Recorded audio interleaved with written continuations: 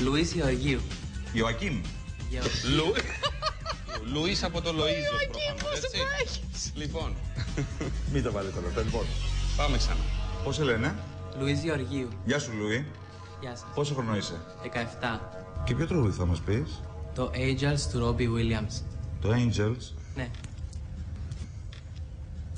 Το Ρόμπι παίρνεις? Ρόμπι, πες τη μια στιγμή. Τον πήρες? Τι σου είπε? Μου είπε. I sit and wait. Does an angel contemplate my fate?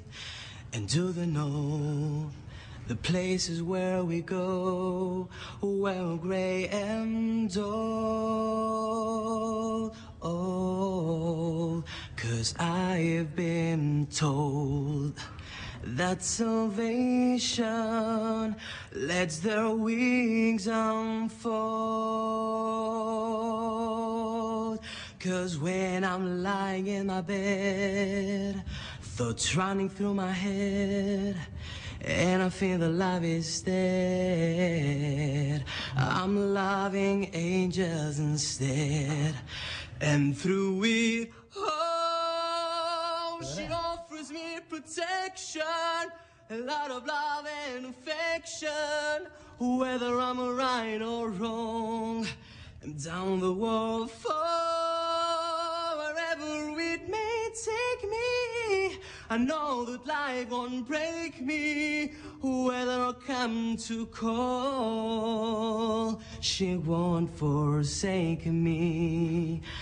I'm loving angels instead.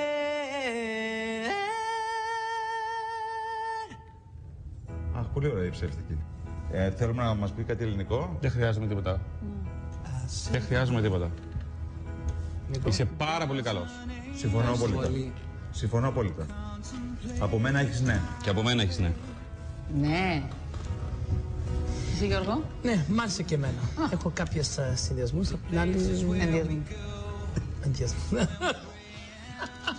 Σχεδιασμού. Μ' άρεσε όμως. Ευχαριστώ πολύ, να είστε καλά. Έχεις 4 ναι. Πολύ Ξέρεις τι καλός, είναι αυτό, Λούι. Μπράβο. Έφυγες, Τζούι, φωναχτά. Τραγούδα λίγο. Τραγούδισμα αυτό τώρα. Ο Λούις φαίνεται να διαθέτει star quality.